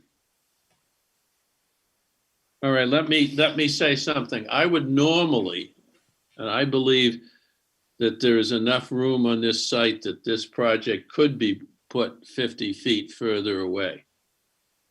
And we had discussions about 50-foot no build on an earlier hearing tonight. However, this project significantly improves stormwater management from a site that's been there for quite a long time with not a lot of maintenance and probably originally was built under whatever standards existed at that time. Standards today are much more rigorous. And I think although this project is within the 50-foot no build, it is going to significantly improve the environment. So I would support such a motion. Dave, we also, the DEP had them move completely out of the flood zone, so. That's better we have as to Take well. that in consideration too. Yeah. And it's a redevelopment. Yeah. Anyone else have any other comments they want to make on this motion? Okay, all in favor of waiving 25 feet, 30 feet, and 50 feet? Chris Garahan, Aye. Mark Gibbs, Aye. Billy Vines, Aye. Carl Bischoff, You muted, Carl. Carl Bischoff. Where'd you go? Aye. Okay, John Swenson. John? You said, okay, and Dave McLaughlin is an aye, so that passes. Next item is to agree on any special conditions for this project. One was, we said snow removal off-site. And the other one, Mark, you said no chemical agents on for snow removal. Is that what you said? Yeah, for ice. Okay, for ice removal, not snow removal. Okay. Are there any other special conditions? Katie? Katie Girton, do you have any other suggestions for special conditions? Not that I can think of. Okay. Hey, Dave, can I ask a question, please? Yes. Katie Enright, where are you at with the planning board with this? We are appearing before them again on December 9th. Are there any major issues or? Not that have to do with really placement of anything on the lot. We're still discussing building heights. You've got to be kidding me. I'm sorry. No, so we have a lot of visual information that we're working on regarding the building height. It doesn't appear, based on conversations that we've had, that site features are moving. I know its building is, the center of Chelmsford Center is so attractive as it is right now. Billy, does that take care of your question? Yeah, it does. Okay, I will entertain a motion to issue an order of conditions for. Can I just throw something in, Dave? Yeah, Sorry. go ahead. Yep. I'm optimistic that the town is gonna get that river walk on the property there. But I suppose it doesn't happen. Something gets held up in it. Are we just gonna be okay with it and let it go? I certainly am. You don't care about it? I like the center village master plan concept, and I'd love the town to build it out. But as a conservation commissioner, I don't know that it particularly affects me one way or the other. That's all. Okay. Everybody else feel the same way? Any other thoughts? I agree with Dave. Okay. It'd be a tough sell. I mean, it'd be a tough sell under this plan with the state, based on what they said, you know? Mark, actually, the bigger problem is how does the town get the right of way all the way down Beaver Brook to Summer Street? Baby steps, Dave. Huh? Baby steps. There's a lot of private property down that brook. You gotta start someplace. Oh, yeah, no, I agree, but it's anyhow. Actually, it gets to the question that I asked Christina earlier. It'd be easier for the town to get easements along Beaver Brook if all of a sudden DEP gets really tough about activity close to a stream. Because I think homeowners would say, hey, I don't want that. I don't want to have to worry about that. Anyhow, anything else? So all in favor of the motion to approve 44 Central Square with two special orders? Chris Garahan, Aye. Mark Gibbs, Aye. Bill Vines, Aye. Carl Bischoff, Aye. John Swenson, Aye. Dave McLaughlin, aye. Before we go off of this, I just would like to say, and I don't know whether Mr. Rigney is still on or not. I hope he is. I think that the dealings that the town has had, and the Conservation Commission particularly rather, has had with Mr. Finnegan and his associates over the years has been a phenomenal relationship that most towns should aspire to have. And I'm very pleased with the work he's done for the town. And I'm not concerned that this project might get left high and dry. So having said that, we go on to the next item. Thank you all very much for all your work. Have a good night. Good night. Next item is still in Central Square. We can't get out of Central Square, 24 Central Square, which is, I refer to it as the Anne McGuigan building, which is the little building off of, I guess it's real. Is the address Cushing? It's actually, the address is actually 6 Cushing Lane. Yeah. But it sits on a piece of property that's considered 24 Central Square. Right. Yes, Brian, do you want to tell us what you want to do? Hi, Dave. I'm sorry, Chris, you gotta read the notice. I apologize. It's okay. Under the provisions of the Massachusetts Wetlands Protection Act, Mass General Laws, Chapter 131, Section 40, and the Chelmsford Wetlands Bylaw, Chapter 187, the Chelmsford Conservation Commission will conduct a virtual public meeting on November 10th, 2020, 7 p.m. for a notice of intent filed by John Hanley. The applicant wishes to construct a small addition at 24 Central Square. Work will take place within 100 feet of a wetland, Mr. Chairman. Thank you. Brian? I like to recuse myself from this. Okay, so noted.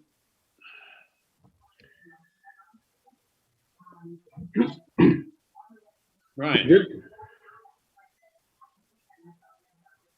Go ahead, sir. Okay. For the record, Brian Melissi with Whitman and Bingham Associates here representing JH Realty 3, John Hanley. And we are in front of you to ask for permission to put up a small addition, an 11-foot by 16-foot addition onto what we just talked about, 6 Cushing Lane. I did try to, wherever I could, I tried to put in parentheses 6 Cushing Lane. But again, the assessors do have it as 24 Central Square. It's the same property. Just over Beaver Brook from the Gristmill project that you guys are probably very, very familiar with. It is the Anne McGuigan building. Currently houses the Gentle Arms Daily Transportation Service, as well as a home healthcare business. Again, the addition is small in nature, 16 foot by 11. So if you do that math, is 176 square feet of building, of roof area that's going in. The entire roof area, the entire addition is going on property that's already pavement. It's already impervious area. So there's no increase in runoff. However, just like the earlier small addition, a 10 foot by 10 foot addition, the addition is going to be built on sonotubes. So it's not going to be a full foundation. I calculated if there are 8 sonotubes, 8 12-inch sonotubes used to hold up the structure, we roughly have about 6.5 square feet of disturbance in the riverfront area. If we go to the bigger number, the 11 by 16, which is 176 square feet, we go to about 0.8% of the total riverfront area on the project.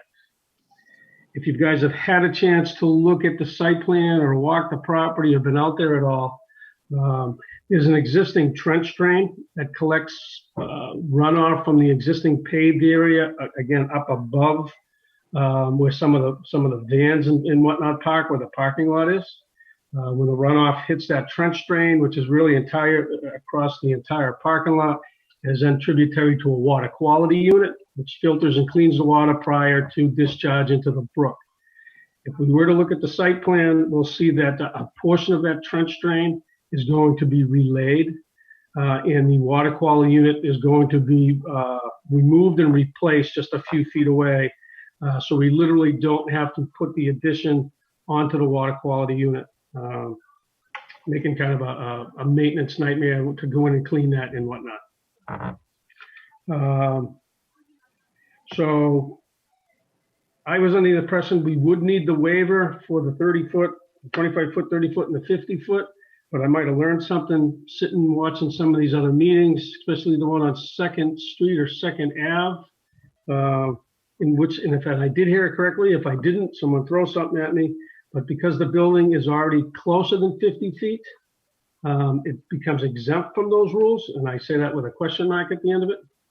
However, with that being said, we're about 15 feet from the edge of Beaver Brook, and it really is the existing corner of the building that is closest to when we build off of that.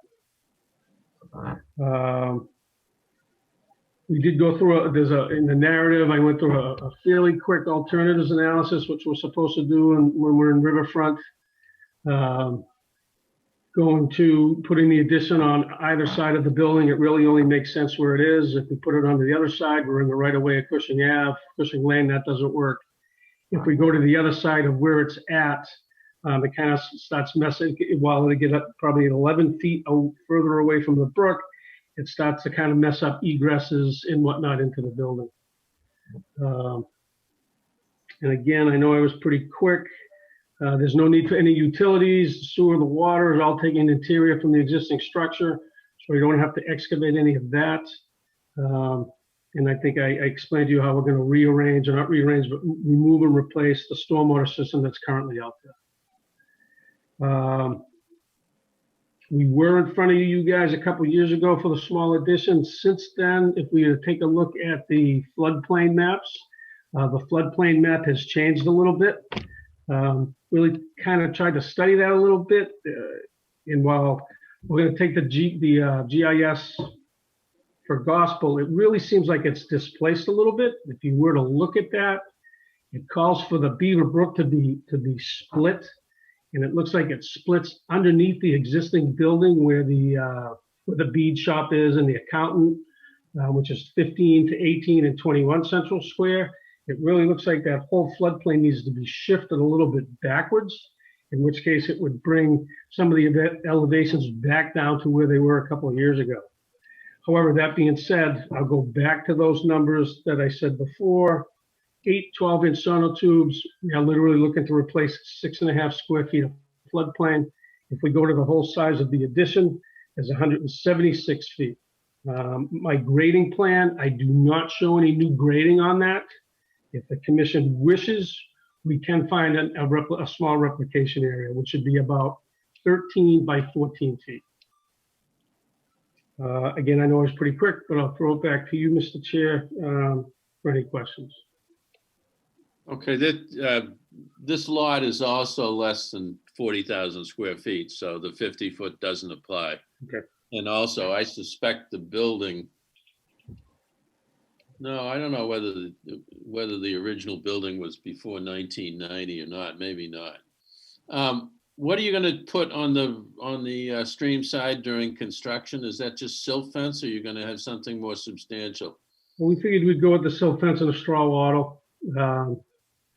Can you do all the work from the Boston Road side of the site? You don't have to get around and back, do you? We do not. No. Matter of, like I said, the messiest part of the job will be setting those sonotubes and removing that water quality unit, and that'll have to be done from the parking lot side. Once that's in and buttoned up, the entire addition would be stick built without any more excavation. Brian, was that first edition or the previous edition, was that done on sonotubes too? It was. It was, but the original building is not, or is it? It's an old granite block foundation. I don't believe there's a foundation underneath it, but it's not sonotubes. Okay. Questions? Chris Garahan? Chris, you got your mute. You got to, there you go. You got, Sorry, there we go. There we go. Sorry, a little slow on the mute. I'm good for now, Dave. Thank you. okay. Mark is waived. Billy? Brian, do you have to de-water? How deep do you have to go? Are you gonna get into any water? I don't believe so. If you were to go out and look at, you can see the outfall for the existing stormwater unit, and it's fairly up high off of the level of the brook now. I know we just went through a drought, but it's flowing today, and there's still a couple of feet out of that. So I don't think we're going to hit any water table when we go to displace or move that water quality unit. And we surely wouldn't have to do any dewatering when we're just digging for the sonotube foundation. Right. I'm thinking more of when you move the tank, the structure. So you don't feel like that's going to be an issue. I really don't. Okay. Carl Bischoff? All set. John Swenson? Yeah, I'm all set with that. Any questions or comments from anyone in the audience regarding 24 Central Square? Katie, did Brian answer your questions on floodplain? Yes, I would just suggest, I'm going to do what I do, wait a little while for DEP comments. They've been taking a while. I just don't want to hand something over and then have DEP appeal it or supersede it. So this one's if Brian's okay with it, I'll just hold on to it for a little bit. This one's small enough, we can do it pending DEP review, I think. We need to waive the 25-foot no disturbance. Can I have such a motion? Move. Moved by Billy. Is there a second? I'll second it. Seconded by John. Any discussion of waiving the 25-foot no disturbance? Okay, I will entertain a standard order of conditions pending. Dave, I think we have to vote on the waiver. I'm sorry. Thank you, Chris. All in favor of waiving the 25-foot no disturbance? Chris Garahan? Aye. Billy Vines? Aye. Carl Bischoff? Aye. John Swenson? Aye. Me? Aye, and Mark Gibbs is recused. I'll entertain a motion to issue a standard order of conditions. Does anyone have any special orders they want to put on this? I don't think I heard any. Okay, I'll entertain a motion to issue a standard order of conditions pending DEP review. And does engineering have to review stormwater too, Katie? I don't know if Christina wants us to have a quick look at it because they're moving around some stormwater structures. It may not be a bad idea. I don't think she'd have a problem if that's favorable. Okay. Brian as well. So pending water review and DEP review. All in favor? Chris Garahan? Aye. Billy Vines? Aye. Carl Bischoff? Aye. John Swenson? Aye. Dave McLaughlin? Aye. Mark Gibbs abstains. Passes. Hey, Brian? Yep. They're gonna have to put $40,000 worth of sinks in this place? Certainly hope not. You heard about that, didn't you? I only do the outside of the building. I don't get involved in the interior. Mark, you can come back. I'm listening. Next item on the agenda is a request for a certificate of compliance on 143 Littleton Road. Katie, where is that? I didn't look that one up. 143 Littleton is actually the house where we had that beaver issue. It abuts the lime quarry. Yep. And now they went out and trapped the beavers. But Yep. she did have a order for a garage a few years ago, Is it okay? 2016. Okay, as So- far as you're concerned? I'm sorry? Okay, as far as you are concerned? Yes, everything is fine. She is moving, actually. Taking the beavers with her? Don't know. She's leaving that problem behind. Okay, next item is request for certificate of compliance for 24 Central Square, which we just acted on. They're not suggesting it's already built. This is This is for the first edition. Right, right. Which This is where they have the cocktails in the afternoon with the sun setting. Dave, did we vote on that last one? Littleton Road? No, you have to vote on it. Thank you. I'll entertain a motion to issue a certificate. I just want to get out of here. So moved, Dave. By Chris Garrian. Second. Is there a second? I second. Seconded by Carl. Any discussion? All in favor? Chris? Aye. Mark? Aye. Bill? Aye. Carl? Aye. John? Aye. Aye. Done. Next item is the request for certificate of compliance at 24 Central Square. Katie, do you have any issues with that one? I do not have any issues. I will entertain a motion to issue a certificate of compliance. So moved. 24 Central Square, moved by Chris, second. Second. Second by, who was that? Second. By Carl. Any discussion? All in favor? Chris? Aye. Mark? Aye. Bill? Aye. Carl? Aye. John? Aye. Me? Aye. Fine, done. Okay, next item is Shore Drive parcels. And I don't know if I can do this or not, but I will certainly try to.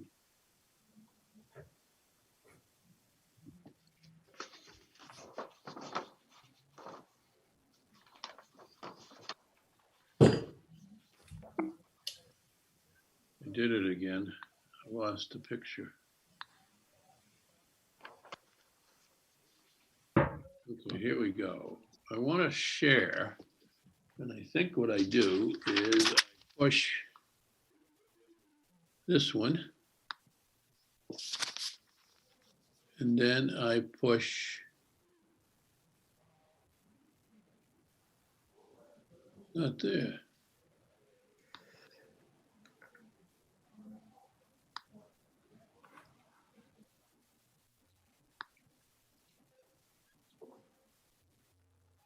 I can't do it. Sorry, guys. That's terrible.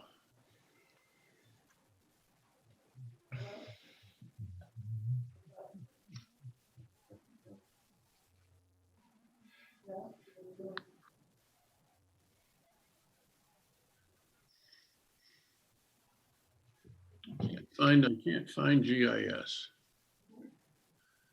All right, we had a tough time.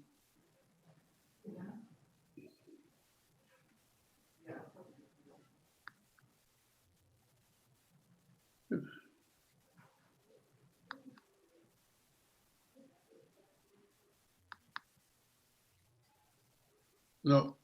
How do I do this? How do I do this?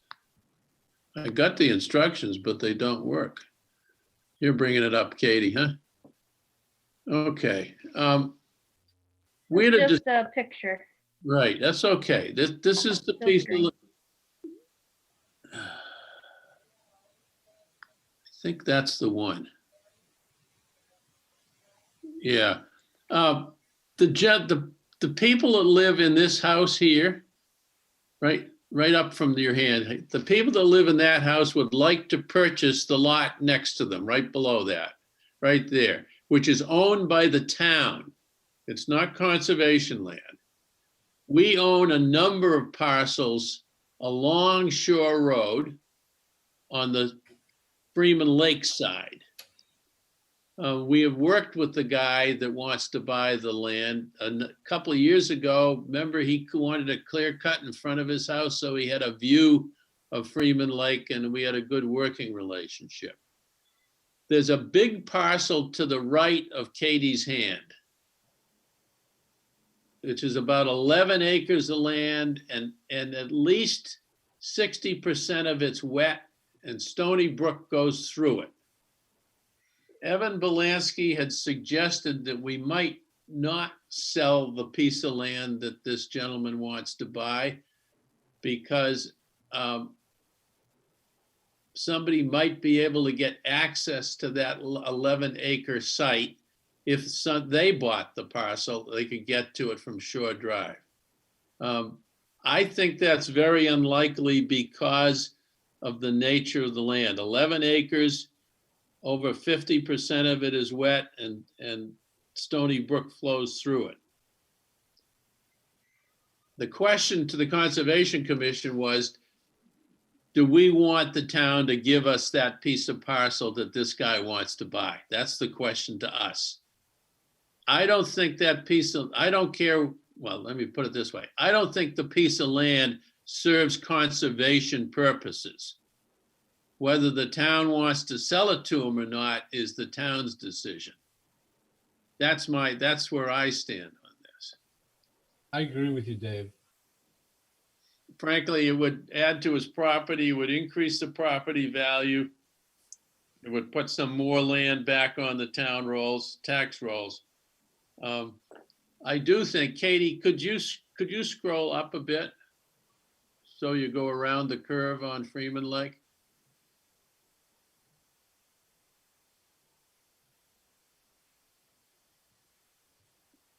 Up and then go to the right. Yeah, go over to the, can you move over to the right? No, it's just a picture. Okay, there's substantial land. Stops here. There's substantial land over where Katie's hand is going. Just as an aside, sometime in the future, we ought to take a look at, maybe we could make it into some kind of, because it goes right up to the lake, goes right up to Freeman Lake. Maybe we could make it into some kind of a pocket park or something. But right now, I just wanted to bring that to your attention. And then all along the Freeman Lake area, that we own a parcel here, a parcel there, 2 or 3. Now, we couldn't really put them together, but they're ours. So I guess my question to you is, should we indicate to the town manager that we're not interested in acquiring that parcel that is brought to our attention? Katie, do you have the number of the parcel there by any chance? I think maybe I can find it. It's 24 48 32. Okay. But hey, Dave, Yes. there's 3 more I think they're asking us about. You see these orange ones? I thought they just wanted to know. These 3. Well, are those town owned? Yeah, those are selectmen owned. I think they're asking if we want Yeah. those Anything along the lake right there. Anything that's selectmen owned along the edge of Freeman Lake should be conveyed to the Conservation Commission, because that puts them all together. That would give us about 6 to 8 parcels along that segment of Freeman Lake, all the way over to that section I just showed you. I'm sorry, I can't bring this stupid GIS in. I knew that was gonna happen. So it's these 3 right here. Number 1, 2, and 3. 24, 94, 1, 2, and 3 are also under selectmen. But I think the assessors were asking if we would want them transferred to us. Okay, did I make this so confusing you guys don't know what I'm suggesting? I agree with you, Dave. I'd take the ones by the lake, but the one lot that goes to that larger lot, I don't care about that one. Okay. How about the rest of you? Who controls the larger lot again?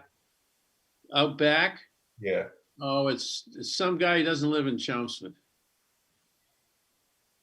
Do you want me to find No, his? no, not important. I just didn't know who owned it. And that's the only egress that's available right now. Would be through that, would be through that lot. I mean, Katie said he can't get there, but Mallory there's a paper street. There's a lot of paper streets up. There's a paper street that would give him access, but Katie, you said he can't use it. So. No, he doesn't have frontage on a paper street. It's not developable. Yeah. I don't. Okay, so can I have a motion to inform the town manager that we have no interest in parcel number? Katie, you've got the parcel number, right? But we do want, Yeah. we would like the other parcels, and you can mention what, to be conveyed to the Conservation Commission. Hey, Dave, Yeah, where's Mallory on that? right there, right, see her, whoops. And Yep, then- okay, Yeah, that right there, that's the paper street. right. So that's Mallory. So if I drive down there, a little past Mallory, on the right is the 3 lots. Yeah. Okay. Okay. What was the thing, Dave, about the access again? I mean, was that, if somebody privately owned that property, would they be able to get access to that big property that's behind it? Yeah. Right. So for that reason, I guess I'd rather see it be conservation, because I'd hate to see that big property developed at some point. Yeah, but it's, well, yeah, but yes, I'm just saying it doesn't serve a conservation purpose other than to prevent access, but we don't know. Why couldn't Yeah. they just buy the house beside it and get access there? We could buy Even any if we one bought of it, those. even if we owned Because it. they have to have frontage. So this house, if he owns this lot, he could provide enough frontage to a developer. But he to could get- still sell the house. Does he still have enough frontage with the one house without the lot? I'm not sure, not my measuring tool. It Yeah, has to be 150 right. feet. Yeah, I guess I would join with Chris on this. I think it's sort of like playing a game here and or chess or something, and we kind of block off that back property by only having conservation take control of that one piece of land. It in a way blocks all of that other property from likely being developed, which I like.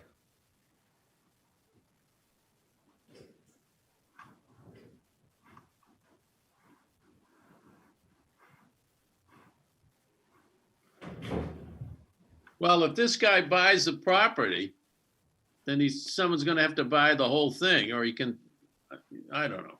I guess I'm just imagining that the guy might be talking to whoever owns that big piece of We property. have no reason to believe that the owner of the 11 acres behind it, which is 60% wet, has any interest in doing anything at all. He's never made any overtures to the town.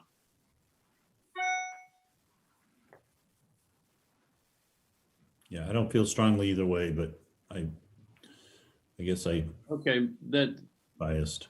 there is a motion on the floor to notify the town manager that conservation has no interest in the property next to the house, but would like the town-owned property on Freeman Lake to be conveyed, or do you want to make it 2 votes? No, but the property along, the town-owned property along Freeman Lake be conveyed to the Conservation Commission.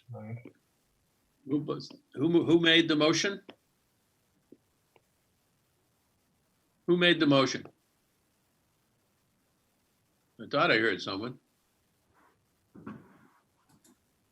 Not me. So no one wants to move that?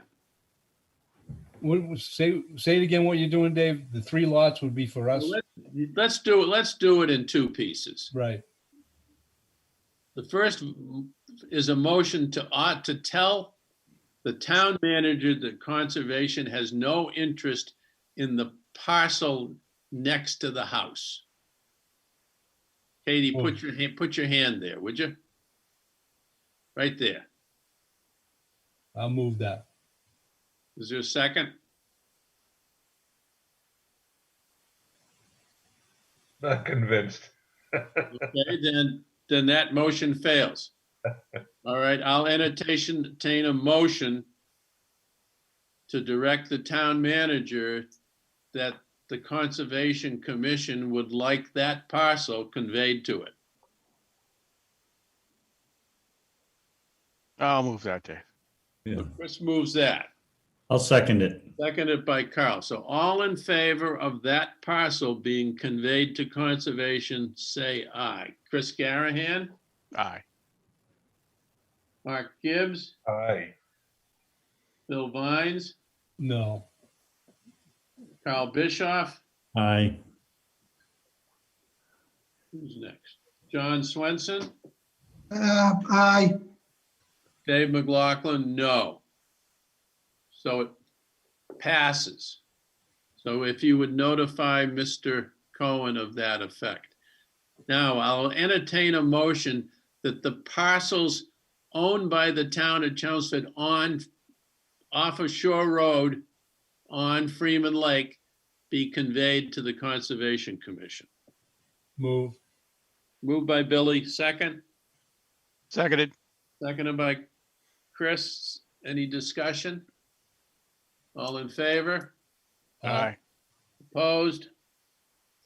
Passes. Good. Next items. Carl, can you give us an update on the farm, Warren Pole Farm? Laura, real quickly, a few of us met with Steve Yanley from DPW a couple of weeks ago to look at the access point on Acton Road.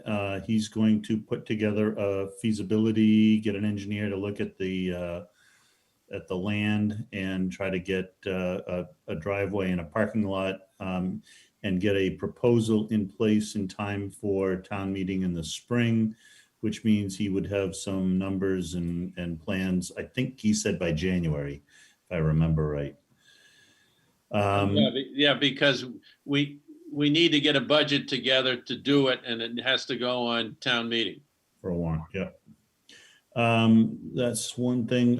We have a request for feedback from the towns and specifically from about 90 abutters. That letter is ready to go and I have the address labels and it should go out this week to be mailed out to about something like 90 abutters. And we will also post it on the town website and some social media as well. And that's the intent of that letter, is to get feedback on the use and the purpose and any other concerns of what we do with that property going forward. We are working with Dale Williams. I saw your emails today, Dave, that you shared from Dale on the land trust, on the restriction related activities. And I think that's moving at the right rate, I guess would be the way I would put it. But what came up there is that we need to have property lines located, surveying, I assume. So how do we make that happen? That seems to be something that we should make happen sooner rather than later. Wouldn't that have been done when they sold the parcel to the town? I would think so, but I don't know. I'll ask Cohen. Okay, all right, thank you. And just the last thing is just that I've walked the site. I go down there about every week or so just to make sure nothing's changing. And it should be fine for the winter, knowing that we're not going to have any active maintenance or anything like that going on. But I try to get out there about every week and walk through the site and just get eyes on it. That's all I got.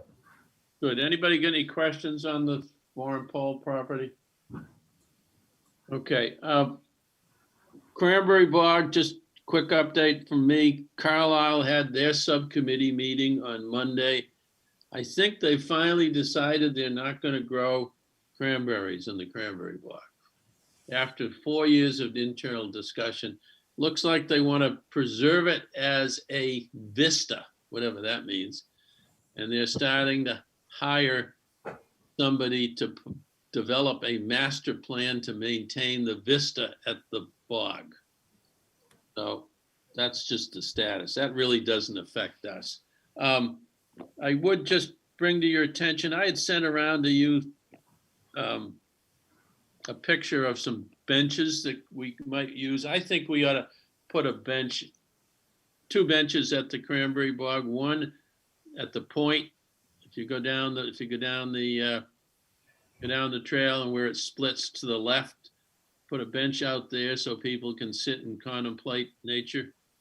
The other would be maybe to put a bench 100 yards before you get to the dam, where it juts out a little bit. That's a project for Boy Scouts. I'm really bringing it to the Conservation Commission's attention because we've never had furniture put on the Cranberry Bog Reservation. I just want to make sure it's okay with you guys to have somebody do that. I take it is. Has anyone got anything against that? The other is, I'm going to come up with a regulation for maintaining the water level of the dam. We do it now, but I want to kind of institutionalize it so it's a little bit more formal. The only uncertain question I have, and I don't know if any of you guys have an answer to this, is how high should we let the water on the dam get before we let the water flow out? I'm guessing 12 inches from the top, but it's not based on any science. Of course, a lot of people are basing stuff on no science these days. Does anybody have any ideas as to how high we should let that water get? Who's been maintaining it over the years? Cost on the dam. Cost has at Hart Pond. It's the Hart Pond Association. Hart Pond Association raises and lowers Hart Pond once in the spring and once in the fall. No, I get that, but you think we should? And then at our dam, over the years, two people. Mark Duffy maintained it because he had to flood the cranberry bogs. He's no longer farming the cranberry bogs, so we maintain that water level now. And there are some boards that go in there to raise and lower the water. There were 3 boards, 2 of them are missing. There's only 1 board there. We'll have to, maybe Mark, we'll have to measure the opening and make up a couple of boards, and then Cost will be responsible for dropping them in or lifting them out. And they've been doing it for the last 3 years without any problems. So I would think would be to follow what they've been doing over a number of years. Yeah. Don't change anything. Right. We just have to worry about what Iva Mooney says. That's all I had. Katie, you got anything? I did have a complaint come in last night on email about some dumping at the Freeman Lake boat ramp with a picture of some yard waste dumping.